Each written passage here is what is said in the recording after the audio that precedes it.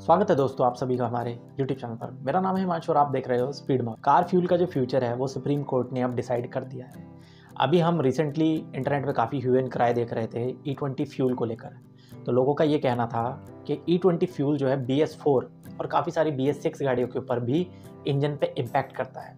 तो इसलिए ये प्ले डाली गई थी पब्लिक इंटरेस्ट लिटिगेशन PIL जिसे शॉर्ट में बोलते हैं, कि जो पेट्रोल पंप्स हैं उस पर E20 की जगह E10, E15 या फिर एथनॉल फ्री फ्यूल अवेलेबल कराया जाए। वहीं गवर्नमेंट ने इसके अगेंस्ट क्या रिप्लाई किया, उन्होंने कहा कि इन फार्मर्स की अर्निंग्स को बढ़ाने के लिए और कंट्री के इंपोर्ट बिल को कम करने के लिए एथनॉल ब्लेंडिंग ज़रूरी है।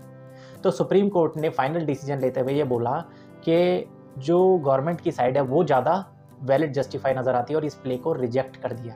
इसका मतलब यही हुआ कि हमारा जो E20 यानी एथनॉल पेट्रोल मिक्स के अंदर जो 20% किया जाता है वो ही आगे चल के होने वाला है। तो अब इसमें एक मुख्य सवाल ये उठता है, जो लोग इसके लिए प्ले कर रहे थे क्या उनके आर्गुमेंट में वैलिडिटी है, और दूसरा ग्लोबली जो है ये किस तरीके से ब्लेंडिंग की जाती है। तो सबसे पहले हम क्वेश्चन देखते हैं, जो आर्गुमेंट्स किया जा रहा था उसकी कितनी वैलिडिटी है। उनका कहना था कि जो एथनॉल है वो इंजन पे इम्पैक्ट करता है, एफिशिएंसी कम करता है और दूसरा उसमें इंजन के ख़राब होने के चांसेस भी हैं।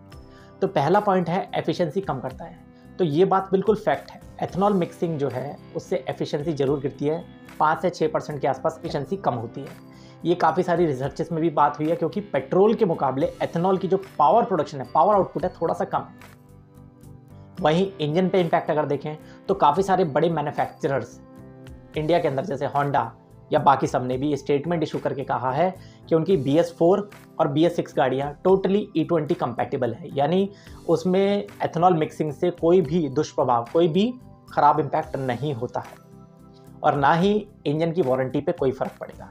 तो ये कहना कि E20 एथनॉल मिक्स करके या E20 फ्यूल डलवा के हमारी गाड़ी का जो वारंटी है या इंजन पे इम्पैक्ट आ रहा है, ये काफ़ी हद तक वारंटी क्योंकि कंपनीज कवर कर रही हैं उससे गलत साबित हो जाता है।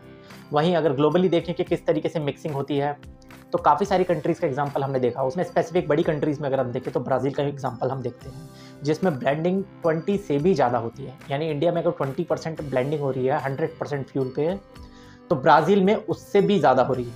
वहीं यूनाइटेड स्टेट्स में देखें तो 10 से 15% तक ब्लेंडिंग होती है। बट येस, वहाँ पे एथनॉल फ्री फ्यूल का भी वहाँ पे ऑप्शन मिलता है, जिसको एज अ प्रीमियम फ्यूल बेचा जाता है। तो वही इस प्ली का मुख्य केंद्र था कि इंडिया में भी ऐसा ऑप्शन दिया जाए कंज्यूमर्स को, which is currently not available, जो काफ़ी हद तक वैलिड भी था।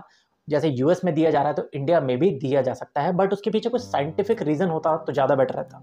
एनीवे, अब हम उस चीज़ से ऊपर आ चुके हैं क्योंकि सुप्रीम कोर्ट वो चीज़ डिसाइड कर चुका है।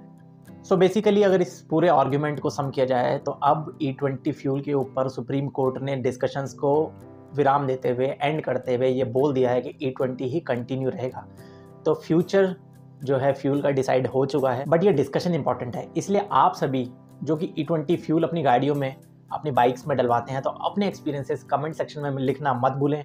और क्या आपके हिसाब से सुप्रीम कोर्ट के डिसीजन को और रिव्यू करने की ज़रूरत है फ्यूचर में, मे बी बड़ी बेंच के सामने, तो हमें कमेंट सेक्शन में ज़रूर बताना। क्या आपका E20 फ्यूल का एक्सपीरियंस ख़राब रहा है? बट दूसरा साइड भी देख लेते हैं, क्या यहाँ पे ऐसे लोग भी अवेलेबल है जिनका E20 का फ्यूल का एक्सपीरियंस न्यूट्रल या फिर अच्छा रहा है? वो लोग भी कमेंट बॉक्स में आए और अपनी जो राय है वो जाहिर करें। तब तक मिलते हैं अगली वीडियो में। Thank you so much.